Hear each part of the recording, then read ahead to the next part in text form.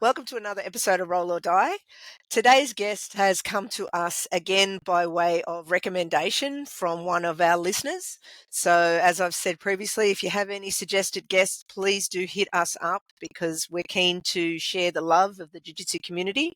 He's a super busy man. I know he has quite a number of fingers in quite a lot of pies. He is the former owner of Skamma MMA, comes with a very very lot of martial arts experience. He's a black belt in Brazilian Jiu-Jitsu, and I'm going to try and get his name right. He is Izzy Nezirovic. Thanks for joining us, Izzy. Thank you. Appreciate it. How did she go, mate? Did she get that surname? Did she No, get it? that's spot on.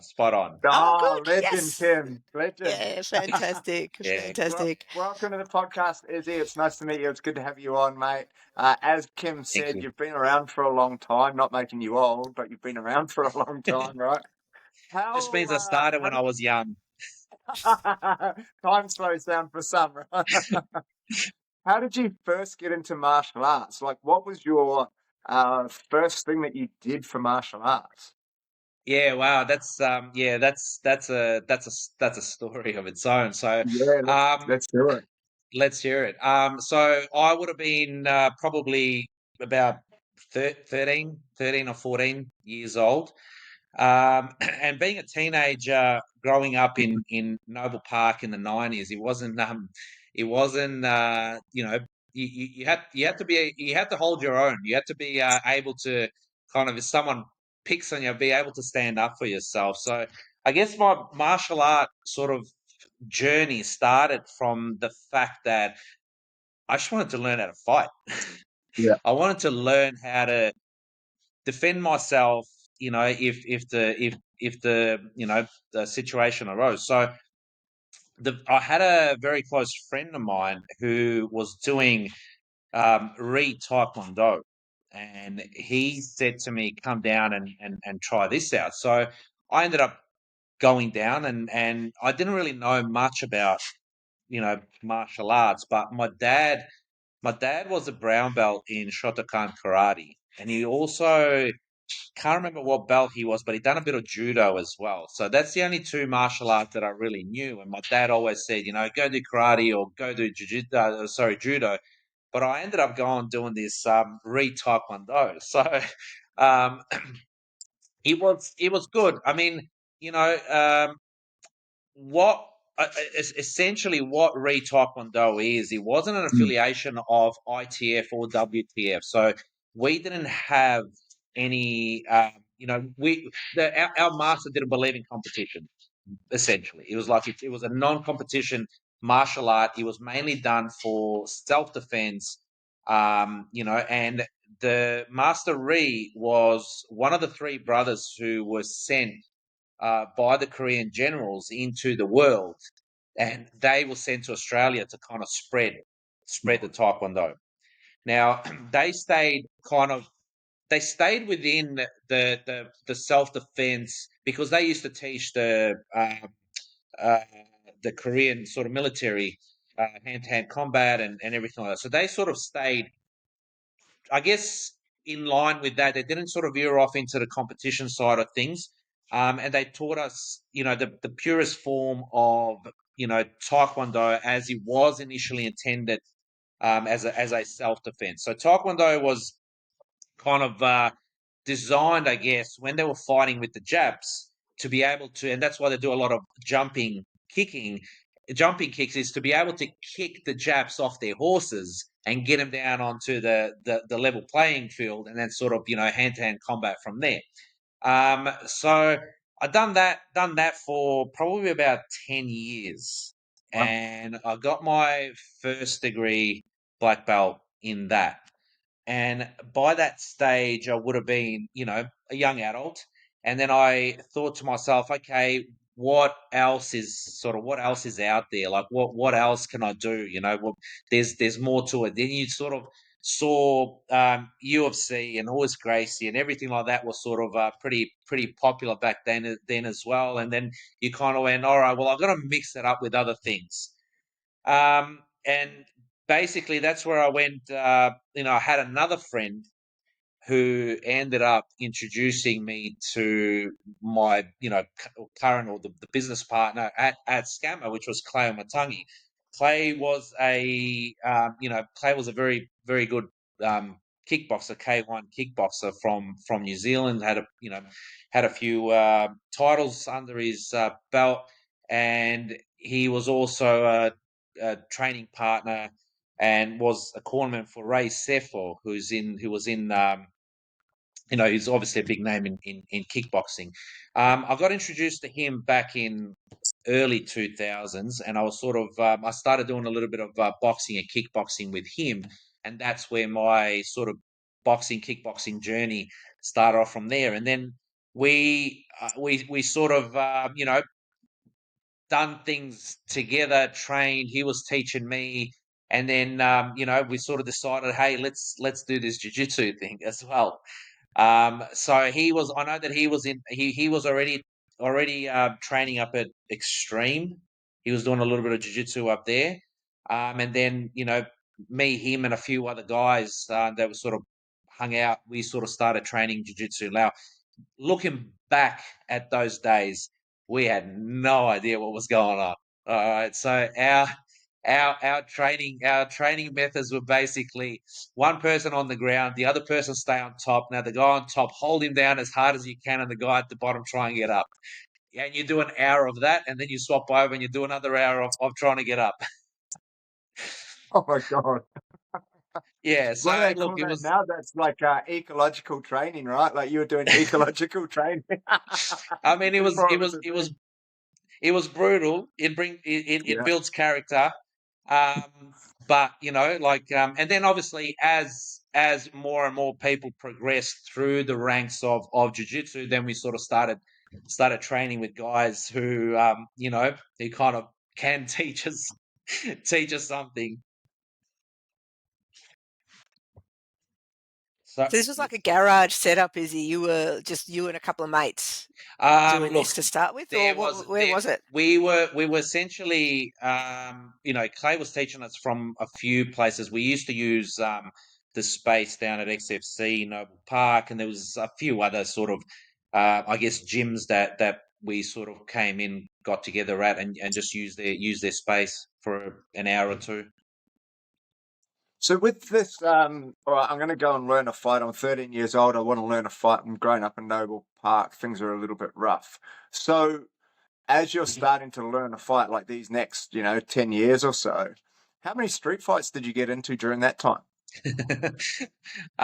Well, that's look it because you sort of start to learn how to fight, and you are sort of I guess it see learning a martial art, or learning how to fight is I've sort of learned that it's not about fighting, it's about understanding the situation and the spatial awareness and everything like that, to be able to understand what's about to happen and possibly prevent it from happening. I mean, growing up, in Noble Park back in the 90s, yeah, you do have your scuffles, you do have your after school biffs, and you do have your one on ones, and then they turn into 10 on 10s, and it's a skirmish all over the place. Look, I've look, to be honest, I've lost counts of how many times that's happened, but the main thing is the fact that martial arts gave me something that I don't think any other sport or anything else could have. Just a whole discipline, the whole view on life, on people, and everything as a whole. Yeah, it's funny, eh? Like I always sit there because when I was a kid, so I grew up in New Zealand, South Auckland. So like, yeah, similar sort of thing, like a pretty rough place to be growing up, not ideal for a kid. And I wanted to do, I mean, in the 80s, it was all karate, right? So I wanted to do karate. My father just looked at me, he's like, just punch them in the nose. I'm like, number one, I have no idea how to punch, so that's not overly helpful. Number two, it's not necessarily why I want to do a martial art. I know that it'll be good for me. I know that discipline-wise, it'll be good for me. It'll teach me all these other skills. So it wasn't learning to fight. But it's interesting when, we talk to guests and they're like, yeah, I did it so I could learn how to fight. And I'm like, how many street fights? They're like, oh, I never got in them. Because you knew, as you say, like how to de-escalate situations, or this thing of like, I want to fight. Well, now I'm fighting five times a week in a gym, so I don't need to fight anywhere else. So I always like, the reason people start to do a martial art, and then they're like, oh, no, I never fought again, like in the street, because I was doing it all the time. Or, as you say, Izzy, like, no, I could now see what was happening and de-escalate or escalate, like whatever way it needed to go. Yeah, and I mean, look, this is the other thing. Like, Clay and I have a security company as well, and I've spent many years on doors of clubs, pubs, bars, and all sorts of places. Um, and the martial arts training and I guess the experience in the security industry has given me such a good tool to be able to read people, understand situations, and be able to on my terms dictate what happens next. Yeah. And once again, like with my throughout my whole sort of martial art career, the main focus of all the martial arts that I've ever done has been to be able to fight. Now, you don't necessarily go out there and say, okay, well, I can fight, so I'm just going to fight. But it gives Yeah. you, like I said, it gives you all these other, I guess, tools that you can sort of dictate which way the situation goes. And I mean, being in the security industry, all the martial arts training has helped me Yeah. because once again, whether the situation gets physical or not, 9.9 times out of 10, I'm dictating which way that's going. Perfect. And as well as the security company, Izzy, you've got a number of other businesses, yeah? So I think Brent also mentioned that Izzy installed my doggy door for That's me. right. So, That's right. So yeah, on a softer side, we manufacture, install, and sell pet doors. So yeah, that's just something that um, somebody had an idea about 8 or 9 years ago, and they didn't know how to sort of turn that idea into a business. So I came about and listened to this idea, and I said, "Hey, I know how to do this. I'll give you some money, sell me the idea, and I'm gonna go off with it." And they were like, "Sure, give me a little bit of cash. The idea's all yours, and off Yeah. you go." So, and in the last, I mean, I sort of started that company 2018. So in the last 7 years, we've grown to be, I think we are the only company in Australia that actually manufactures, installs, and sells pet doors. So we also sell pet doors to a lot of the trade. So the glaziers, handyman, who install it all around Australia. So our product is Australia wide, and hopefully, one day it'll be worldwide. Give us the name of the yeah. business, mate, because honestly, I am in the market for a new doggy door because we bought one and we had to return it because it was too small because my Rottweiler doesn't fit through it. Okay, So what's the well, name?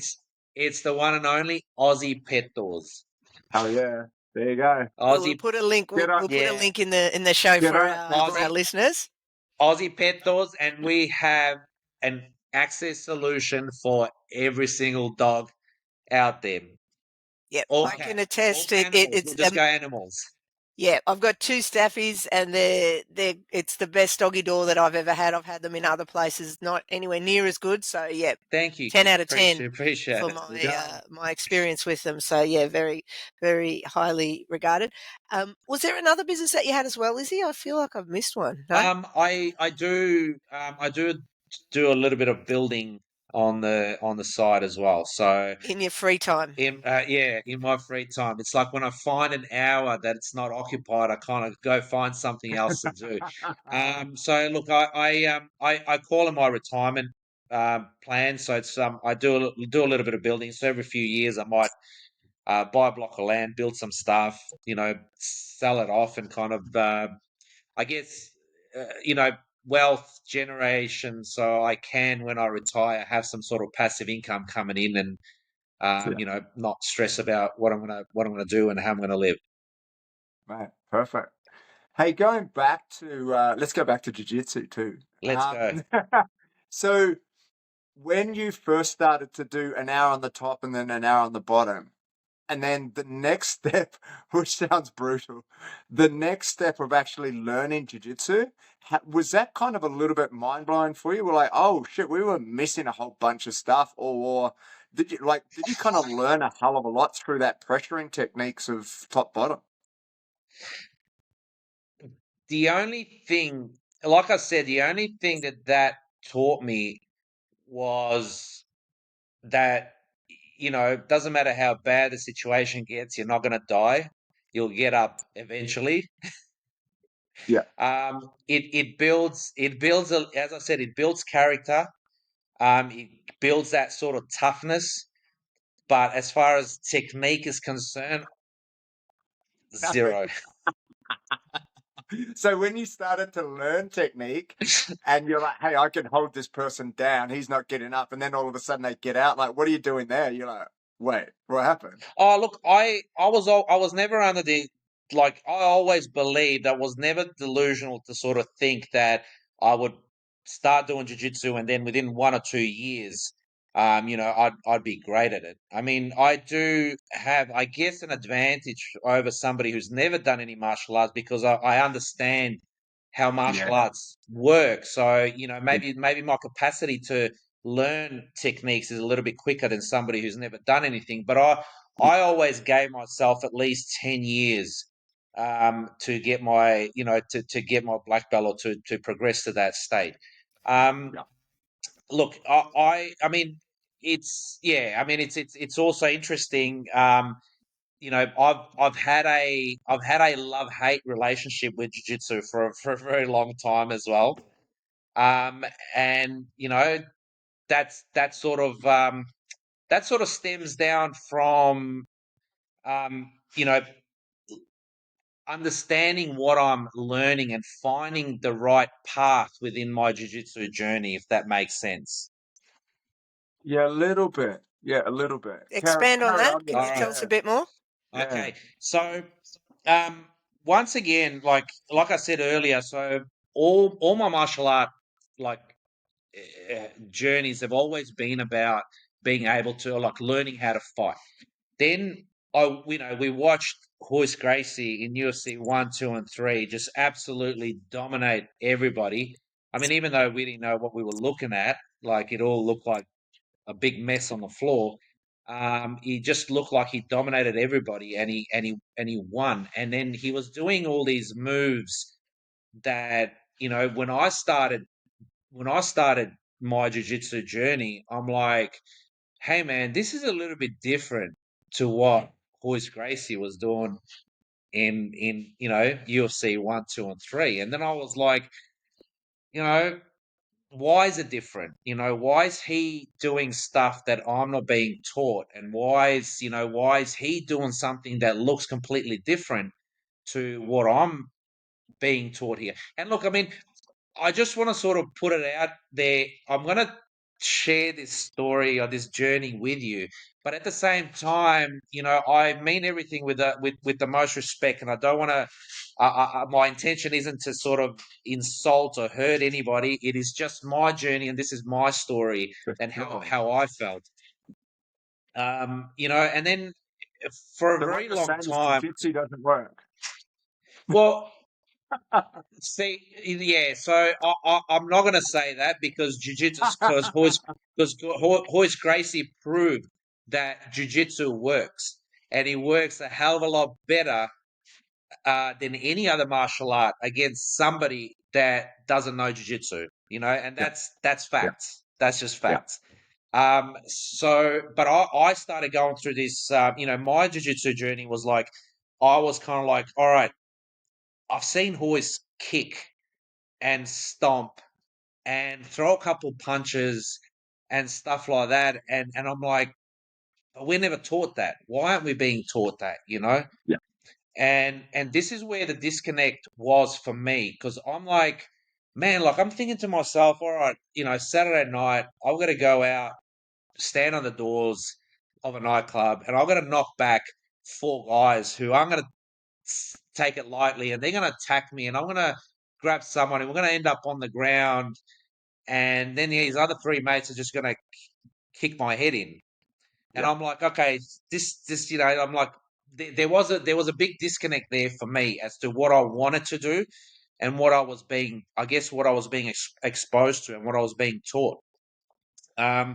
So this went on for many, many years, where I got to the stage where I kind of did think, hey man, this is absolutely pointless for what I want to do. Like, Yeah. this doesn't work for me. This isn't this jiu-jitsu is crap. Like it's not what I want to do. And Yeah. and getting motivated to go to class, like I'm telling you, there's been so many times that I drove up to the gym, walk in with my gi and looked at the mats and went, nah. And I just turned around and walked home. I just walked out. I was like, nah, I can't do this. It's like, and that went on for many, many years. And I went out sort of searching as to, you know, like when you don't know something, you just don't know that you don't know. And this is the thing, but I was open enough to kind of go, okay, I need to learn. I need to figure this out. Like, how do I, and everyone kind of went, oh, well, do MMA. But it's like, sure, I was doing MMA. And because at our gym, we had everything from boxing, kickboxing, jiu-jitsu, MMA. So I was doing MMA. But I was also thinking to myself, like, Hoist Gracie didn't do MMA. He done jiu-jitsu. Why can't I do jiu-jitsu and have the same result that Hoist Gracie did? So, and as I said, to sort of cut the long story short, I searched and kind of went, what I want to do now, and do I quit? Like I think I was a purple belt at the time, and I'm like, do I quit jiu-jitsu? But I'm not a quitter. So it's like when I start something, there's just so I started forcing myself to kind of like, look, man, just get to your black belt, and then you can quit. So and then look, then I met Ivan, and I met Ivan, and that just kind of my mind just kind of exploded, and I just kind of went, wow, this is what I've been searching for. All right. And as I said, it's not a style that's it's for everybody. You know what I mean? It sort of depends on, because I know that a lot of the guys at my gym as well were, accountants, hairdressers, whatever they were, and they just Yeah. want to come in. They don't want to get punched and kicked like you do in kickboxing, and they don't want bruises and marks all over their faces, but they want to come in, do something that's fun, physical, and get a workout out of it. Because I've had sort of discussions with guys that were in my jiu-jitsu classes, and I sort of said, what happens if you get attacked in the street? And they're like, well, we're not about that. Like, I don't care. Like, I'm just gonna turn and go the other way. And I'm like, yeah, sweet, respect. I completely understand that. So there's a few different reasons as to why people do end up doing jiu-jitsu, but for me, it was about fighting. Yeah. And then when I met Ivan, and I and sharing the story with him, I think he went through a very similar process as well, where he kind of went, man, there's got to be more to this. And then he went and started sort of working closely with Hoist Gracie, and he's brought him out a couple of times, and they keep in contact and whatnot. So then he started to expose himself to this whole other side of jiu-jitsu, that now he's teaching me, and I've been with Ivan for probably the last 5 years. I've been sort of training under him, Yeah. and as I said, he's just the level of detail, the level of Just the level of jiu-jitsu that he's teaching me is just it's absolutely blown my mind. Like it is exactly now I look forward to the days that we train, and I take my gi and everything to work, because then it's kind of like I put it straight on and then I run over and it's like, yeah, let's do it again, as opposed to walking into the gym and going, oh, I can't be bothered doing this, and then walking back out and going, oh mate, tomorrow. Yeah. So tell us about the day that you got your black belt, Izzy. It was from Ivan. Yeah, so the day I got my black belt, so it was 2 years ago now, August 23.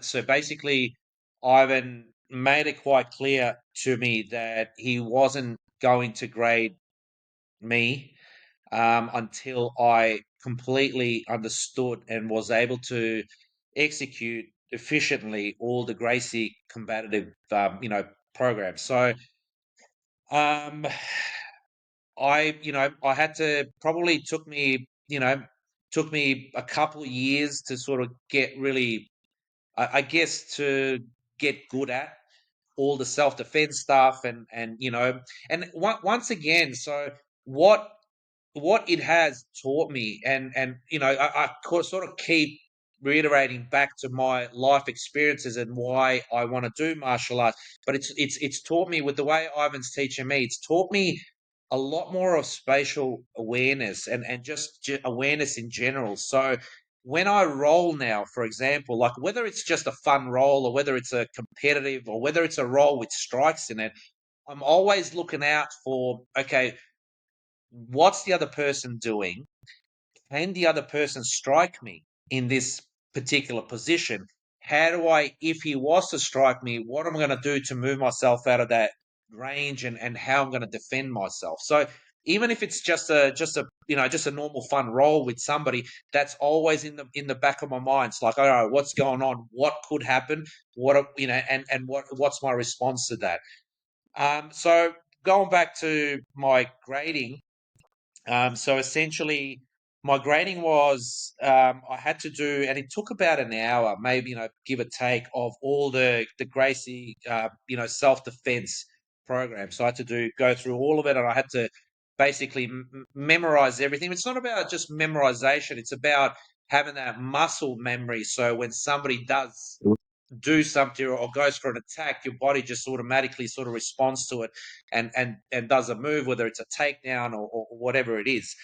After that, we had 5 rounds of rolling. So 2 rounds were, I think they were 5 or 6 minute rounds. So they weren't long rounds, but it was 2 rounds of, and mind you, by that stage you're pretty tired because you've given 150% in all the self defense stuff as well for an hour beforehand. So you had 2 rounds of gi, then you had 2 rounds of no gi, and then you had 2 rounds of no gi again, but with strikes. So your partner's now striking at you, you're striking at them, and it's like jujitsu, do jujitsu. So this is that sort of the Hoist Gracie stuff. That's an intense grading, isn't it? But it sounds like it gave you everything that you were Yeah. looking for in your Yeah. martial art, yeah, from what you were saying from the beginning. Yeah, I almost see, I feel complete. Okay, I Mm. feel complete because I'm like, okay, I've been, Clay's given me enough tools with the stand up to kind of say, yep, I can sort of use this efficiently now. Um, me and you, Kim, we've wrestled as well together at Team Takedown. So I've wrestled many years as well there. So that was, and actually the funny story about how I got into wrestling. Sorry, I'll to kind of go back, just popped into my head now, is jiu-jitsu took me towards wrestling because I had that hate love relationship with jiu-jitsu. I was like, okay, I need to grapple, but I'm not feeling the jiu-jitsu at this point in time. What else could I do? So then I was looking for a judo club, wrestling club, and down in the southeast where we are, there's absolutely that point in time there was absolutely no wrestling clubs. So then I ended up going to Chris Shen, and Kim was training with me there as well. And Just so our audience knows, Izzy's about like 100 kilos or a bit more. I've He lost was weight, so I'm about 94 now. when we were teammates, yeah, it was always terrifying for me, but he was always super gentle, super technical, and yeah, I never worried about being injured or anything like that. But yeah, he's a big guy. He's just in case you can't tell from watching on the camera. Yeah, so Go on. yeah, so essentially, so done the wrestling because I thought to myself, all right, let me, let me kind of find let me try some other grappling, I guess, sports because I'm kind of getting a little bit bored of the jiu-jitsu stuff. It's not really what I want to get out of it. And look, Chris Shen was an amazing coach, and Kim can sort of, I guess you can agree with that. And what Chris used to teach us as well, we used to do like catch wrestling as well. So it was wrestling with submissions, and it was wrestling. I guess we did sort of train for competitions as well, but it also it's kind of we sort of merged it in with some MMA training as well. So it kind of gave us a complete sort of and we had Eric Paulson, who's absolutely amazing. We've had Eric Paulson a few times down at the club. We had the seminars with him, and that once again, Eric Paulson blows your mind. He's just he's just another level. What about injuries, Izzy? Tell us about how many what injuries have you had? Wow. Okay. The list is probably from here to the moon. Look, currently what's bothering me is I ended up tearing my ACL, and I ended up in my left knee, ended up removing my meniscus as well. That was actually the year I was getting ready for a wrestling competition, and I found out that Robert Whitaker was in my weight division, and he was going to be at that Australian Championships, and I'm like, Rob, I'm coming for you. Unfortunately, that never happened because because I ended up tearing my ACL. My meniscus was gone, so I had surgery. I never reconstructed it. I just had a arthroscopy that took it all out, and the physio and the doctor I had at the time were like, "Listen, you don't really need it." I mean, this is a debatable thing as well. They were like, "You don't really need it. Like if you're playing footy or rugby, maybe, but it's like for what you're doing, they're like, we can build up your muscles around that to sort of keep you going." So look, I mean, I wasn't going to argue. It's one less surgery, so I'm like, that's fine. Um, I mean, I've had multiple injuries in my shoulders. Recently, about 2 years ago, I tore my Achilles in my right leg, and that is probably the worst um, injury that you could possibly ever have. Like I said that I would have rather had my shins, like broken in half than that. It's been 2 years now, and I'm still not at 100%, and I doubt that I'll ever be at 100%. Like I'm training, that's not an issue, but the strength in my right leg now is nowhere near where it was, even though I'm doing all my rehabs and I'm trying to strengthen it up. It's like a very, very slow progress. And look, my claim to fame with that injury is I was sparring a world champion in kickboxing, and I threw a kick, and it just tore. But the world champion it was a female, and she was the junior amateur world champion, and she's the girl that her name's Melissa. She's the girl that just had that eight woman tournament and won. It was her first um, pro kickboxing fight, and she won the tournament. So good on her. So that's how I tore my I threw a kick at her, and my Achilles just tore. So look, the body's definitely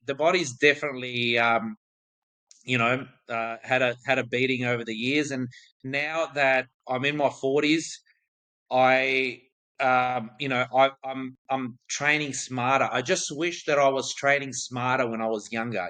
When you're younger, people say to you, stretch and this and that, and don't go so hard, and you're like, no, that's for old people. Don't worry about that. Well, I'm there now. So right now, like even with my training partners, I'm pretty selective with who I partner up with. If you're 24 years old or 25 years old and you're trying to be the world champion, like, dude, like, Yeah, go find someone else. I'm here for longevity now, not to win any gold medals or go into any competition. So my goal now is to be able to train uninjured until the rest of my life, whether that's 70, 80, 90, 100. perfect. Hey, what about teaching, Izzy? Like, so when you're going through something like Gracie Combatives, were you teaching? So, we talk about, if you're teaching, it helps drill stuff into your head, and you get better at doing it because you're teaching. Were you doing anything along those lines too? So I was never at the level of teaching when I had my gym. I was never really at the level of teaching jiu-jitsu. Yes, I taught the kickboxing, boxing sort of stuff, mainly the kickboxing, helped out with the MMA stuff. Yeah. But right now, like, even though, like, I've been a black belt for 2 years, and I'll be honest with you, I've been a black belt for 2 years now, and I've been with Ivan for about 5 years. When I got my black belt, it's almost like the penny dropped, and I went, oh my God, I understand it now. And I still tell Ivan to this day, I'm like, dude, I feel like I'm just now starting to learn I'm starting to learn jujitsu. And it's like, I feel that I'm a white belt. Like, I'm at the beginning. Like, yes, I'm a black belt, but it's almost like now you're at the beginning. Everything else up to this point has been a warm up. It almost feels like a warm up, a bit of a stretch, a bit of a this, a bit of a that. And then you get your black belt, and it's like the penny drops, and you're like, oh my God, I see it now. It's not hazy anymore. And this is now, because I see it now, I have a direction, I have a purpose, and I know where I'm going. So it's basically like now you're now starting to learn, if that makes sense.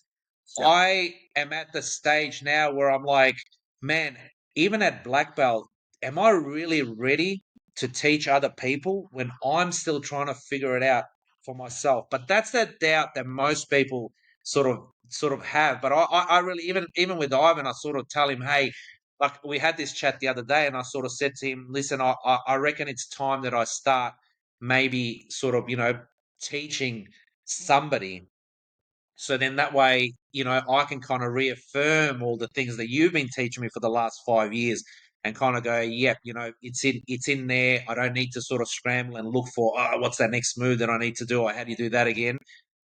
So that's as far as So I'm definitely looking at getting back into teaching, but once again, I will teach what I'm passionate about, and Yeah.